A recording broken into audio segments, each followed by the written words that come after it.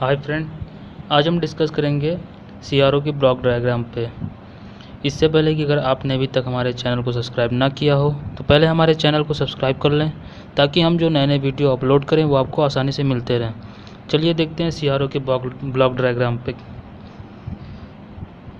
CRO का block diagram कैसे work करता है, पहले से हम सारे कंपोनेंट देख लेते हैं। देखिए, ये पहला हमारा वर्टिकल एम्पलीफायर, यहाँ से हमने इनपुट दे रखी है। ये हमारा डिले लाइन, ये HV सप्लाई, ये LV सप्लाई यानी high voltage supply, low voltage supply. HV supply to the circuit, low voltage supply to the all components. ये हमारी ट्रिगर सर्किट है, ये टाइम बेस्ड जनरेटर है, और ये हमारा हॉरिजेंटल एम्पलीफायर है। ये हमारा वर्टिकल प्लेट है, ये हमारा हॉरिजेंटल प्लेट है। यहाँ पे स्क्रीन है, ये जो डॉटेड है ये हमारी इलेक्ट्रॉन बीम है और हमारा इलेक्ट्रॉन गन है। और ये होल स्ट्रक्चर जो है ये हमारा CRT है। चलिए अब इसकी हम वर्किंग देखते हैं कि कैसे क्या इसमें होता है। पहले देखते हैं CRT में देखिए क्या होता है कि हमारा जो ये इलेक्ट्रॉन गन है ये यहाँ पे कैथोड होते हैं और इस पे हाई वोल्टेज अप्लाई की जाती है। इस पे हाई वोल्टेज अप्लाई की जाती है तो यहाँ से इलेक्ट्रॉन बीम निकलते हैं बहुत ही तेज़ी से। जो इलेक्ट्रॉन बीम निकलते हैं वो इस तरह से होके हो जाते हैं। तो ये जो वर्टिकल प्लेट है ये इसकी डायरेक्शन को तय करता है कि ये कब ऊपर होगा कब नीचे होगा।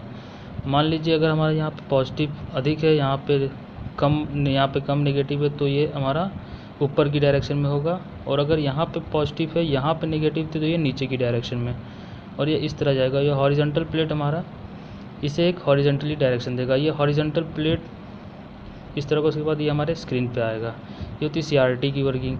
अब देखिए कैसे क्या होता है। देखिए जब हम इनपुट देते हैं इसके CRO में, तो पहला वर्टिकल एम्पलीफायर है। वर्टिकल एम्पलीफायर में क्या होता है कि अगर हमारी वैल्यू वोल्टेज या कुछ भी जो हम मेज़र कर रहे हैं, जैसे हम CRO से तो करंट, वोल्टेज, फेज़, फ्रीक्वेंसी सब चीज़ मेज़र कर सकते हैं।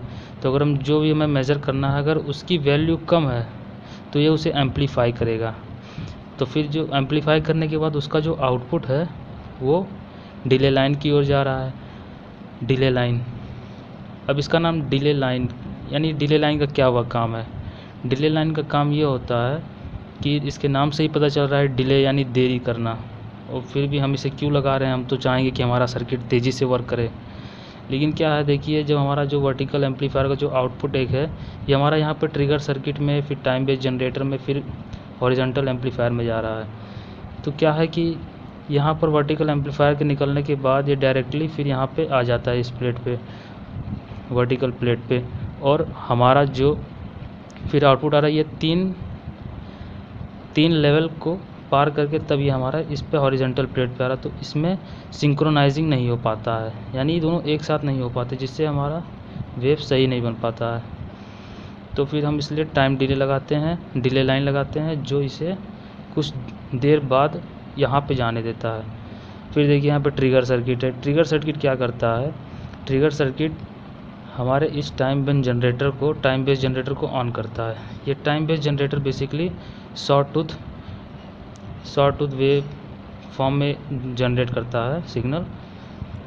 शॉर्ट टूथ वेव में ऐसा क्यों, क्योंकि यहाँ पे जो हमारा समझ लीजिए कि हमारा स्क्रीन है, तो ये शॉर्ट टूथ वेव जो होता है ये हमारा इसमें ये यहाँ पे हॉरिजॉन्टली इस पे दिखाता है।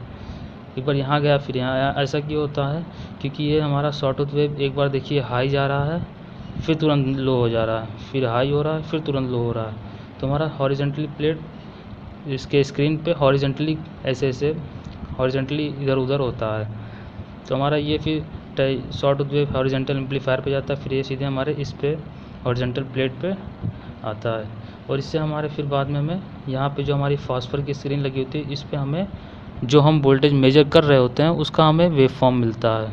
जैसे हम करंट मेज़र कर रहे हैं या वोल्टेज मेज़र कर रहे हैं या फ्रीक्वेंसी या फेज डिफरेंस, ये सारी चीज़ें हमें इस वेव फॉर्म में मिलती हैं। सो अगर आपको वीडियो पसंद आया हो तो हमारे चैनल को लाइक कीजिए, सब्सक्राइब कीजिए। Okay, thank you.